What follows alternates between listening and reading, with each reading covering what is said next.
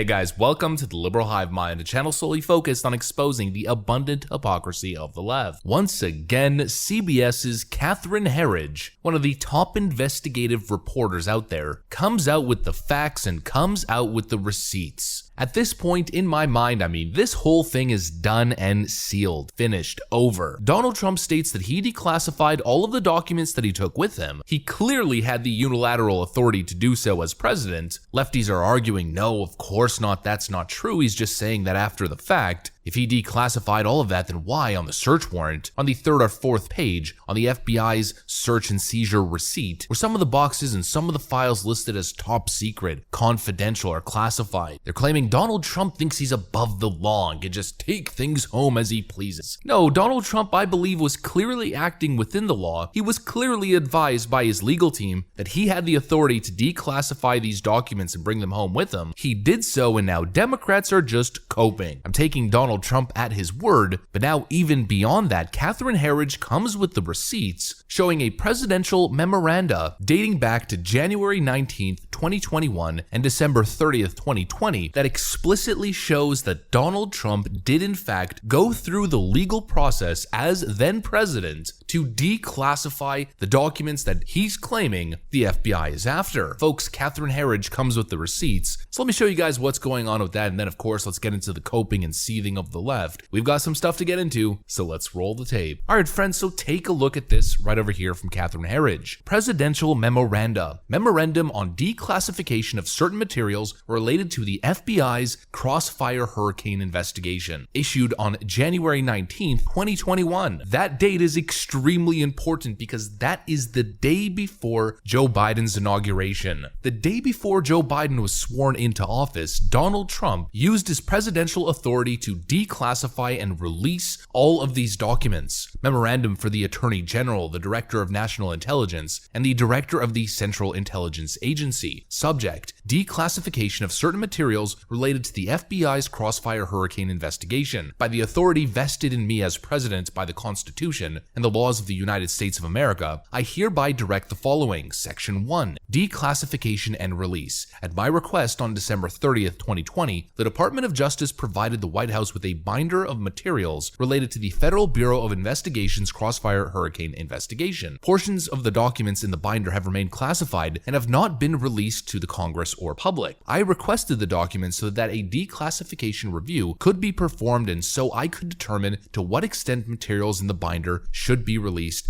in unclassified form. I determined that the materials in the binder should be declassified to the maximum extent possible. The rest of the sentence cuts out there, but you basically get all of the context that you need, all of the content that you need. This right here backs up exactly what Donald Trump is saying. Not only that he declassified all of the documents that he took with him, but that supposedly the DOJ, the FBI, and the CIA were all aware of the documents that he took. He did it by the book. They were absolutely aware. He took it home with him. And even as recent as a couple of weeks ago, Donald Trump was in communication with the feds about the boxes before the raid occurred. Now all of a sudden we're getting new information that could possibly be one of the reasons behind this all of a sudden escalation from the DOJ to raid Donald Trump's home. The Justice Department also subpoenaed surveillance footage from Mar-a-Lago recorded over a 60-day period, including views from outside the storage room. According to a person briefed on the matter, the footage showed that after one instance in which Justice Department officials were in contact with Mr. Trump's team, boxes were moved in and out of the room. The Times reported that activity prompted concern among investigators about the handling of the material. It is not clear when precisely the footage was from during the lengthy back and forth between Justice Department officials and Mr. Trump's advisors, or whether the subpoena to Mr. Trump seeking additional documents had already been issued. And so as you guys can see, this whole thing between Donald Trump and the DOJ was an ongoing back and forth. And apparently, or at least it's possible, this is my interpretation, but allegedly based on CCTV footage, boxes were moved in and out of the room. And this is maybe what prompted the DOJ to raid Donald Trump's home, thinking that he was possibly concealing or destroying classified information. Again, seems completely ridiculous. And it also absolutely decimates the leftist narrative that Donald Trump had these classified documents that he stole from the White House or some nonsense like that. Some people going as far to claim that Donald Trump stole nuclear secrets that he's funneling to the Russians. I mean, some of the conspiracy theories here are just completely out of hand and utterly ridiculous. But at the end of the day, nothing has changed from my perspective. Donald Trump is currently being investigated as possibly violating 3 specific US laws, which we covered the other day, mostly related to concealment or destruction of classified documents. There is still absolutely no evidence to suggest any of that, and the constant shifting and moving goalposts that we see from the left, if anything, just add more confusion. They seem so focused on the whole classified nonsense that Donald Trump violated the Presidential Records Act and has documents that he shouldn't, but again, here it makes absolutely no sense. We now have the presidential memoranda from the day before Donald Trump left office, showing that he lawfully declassified all of the boxes of documents. And that isn't up for debate or up for question whether or not Donald Trump had the right to do that. He was the commander-in-chief at the time, the sitting president, and had the absolute right. Of course, PolitiFact, the fact-checking organization, is drawing question. Could Trump cite presidential declassification power in this case? One key point is that presidential declassification power does not continue once a president is out of office. While it is true that the president can classify and declassify at will, the same is obviously not true for a former president, who ceases to be commander-in-chief as soon as he leaves office. Well, I don't even get the point that they're trying to make here. He was president of the United States. He didn't declassify anything post his presidency or after Joe Biden's inauguration. He did it while he was still in office. We have the official presidential memoranda on January 19th, 2021. It's as clear as day. But then NBC News reports Trump says he declassified Mar-a-Lago documents. Experts say it's unclear whether that will hold up. Who are these experts? No, it's absolutely clear. Legal experts say presidents have absolute authority to declassify documents, but it's not clear whether Trump ever took action to do so. It's not clear? Well, this seems pretty damn clear to me. This whole thing continues to get more and more ridiculous the more information that slowly trickles out, and I maintain my stance, my assumption, that this whole thing is a fishing expedition. I believe this whole nonsense about violating the Presidential Records Act or classified nuclear secrets that Donald Trump smuggled, I think the whole thing is merely an excuse to get open, unfettered access into all of Donald Trump's records in order to just find something. What's that old quote, I believe, from the Soviet Union, if I'm not mistaken? Show me the man and I'll show you the crime.